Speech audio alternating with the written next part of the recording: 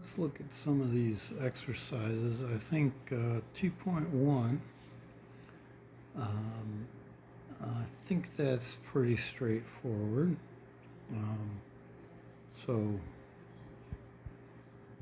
like lecture. Okay, you're using the epsilon delta definition.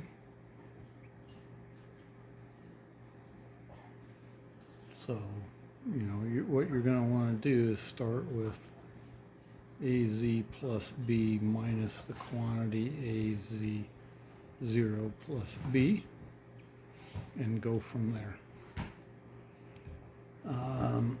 You'll probably want to use, well, actually, no, I was going to say you probably want the triangle inequality, but no, I don't think so, because you should find the B's cancel, right? So 2.2, this is, just look at 2.2 a lot like, if I said, what's the, can you tell me what the limit is? X goes to 2 of 3x plus 5 over x plus 1 is, you would probably just say that's 3 times 2 plus 5 over 2 plus 1. And so what, 611 over 3. And, and you'd say, okay, that's the limit. But, on the other hand, if you had limit, x goes to 2 of 3x plus 5 over x minus 2, you'd say, well, that limit doesn't exist. Now, you'd have to kind of show what's going on, but, you would realize that you couldn't do that one. So, that's kind of what 2.2 is. 2.3. Now, so the idea is they're saying show that you can't have the limit as z goes to z0 of f of z equals, say, f1, and then the limit as z goes to z0 of f of z equals f2. Okay, so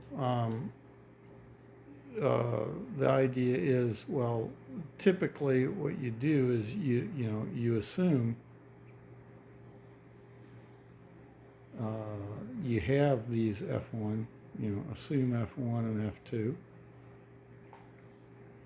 and then what you want to try to do is show either something like f1 minus f2 equals 0, which means they're both the same, or f1 equals f2, which definitely means they're both the same.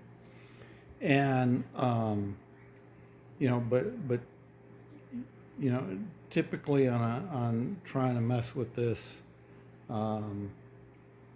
you show something along these lines, and my hint is, yeah, go with f1 minus f2 in absolute values that way, and then come in here and subtract, that's my hint, is subtract and add exactly the same thing, so that then you can, whatever that thing was, you can then split this up. And say you got this is less, again, triangle inequality. So that's my hint there. And remember, you're saying those limits exist, so you can indeed produce an epsilon and a delta and so forth. So that's, that's the hint, is picking an epsilon and a delta and messing with this thing and showing that that is tiny. Arbitrarily small, you might say. 2.4, I put in the directions, just do the product.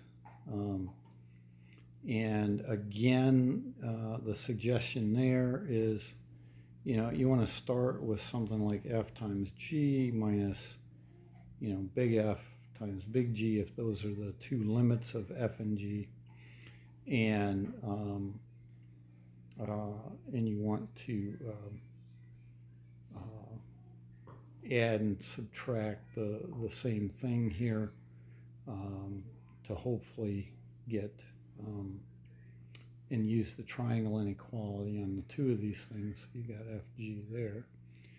And so you're going to subtract and then add the same thing. Well,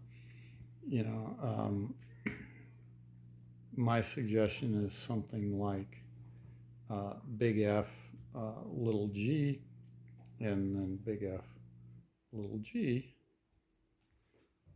and work with that and the triangle inequality. Now, our notes from class on the fact that you can bound some, oh wait, I might not have that in the notes in class. I may have to do a video on that, but I'll try to get an accompanying video here that'll help you with 2.4, I think. Hopefully 2.5, just go with the definition of limit, and hopefully it'll fall out. So definition should take care of it.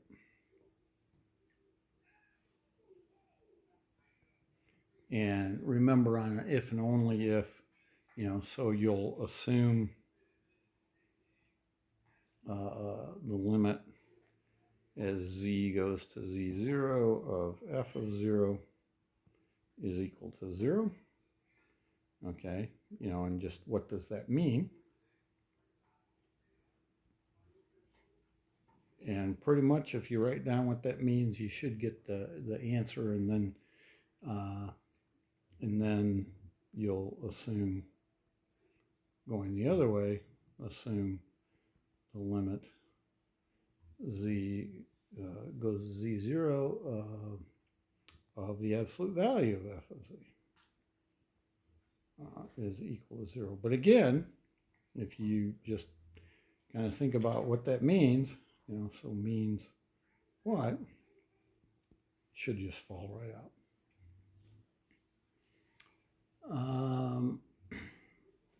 Let's not worry about 2.6, we're saying, and then I would like you to do 2.8. And so showing continuous is really just showing the limit. So in 2.8, what you want to just do is show the limit as z goes to z0 of z squared equals z0 squared. And again, I'll point out, one could use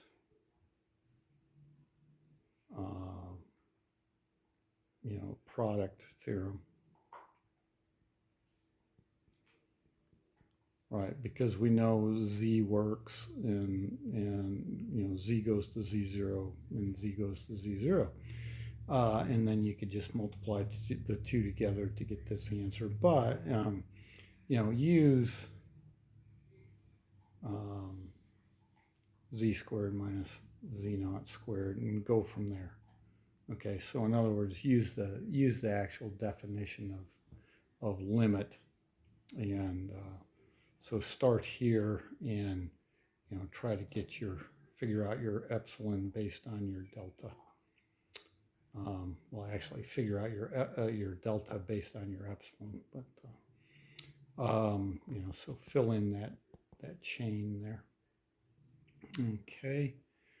And I think that's good. So, you know, you'll have what, 1, 2, 3, 4, 5, and number 8. So 6 problems to do. And we'll call it good for this video.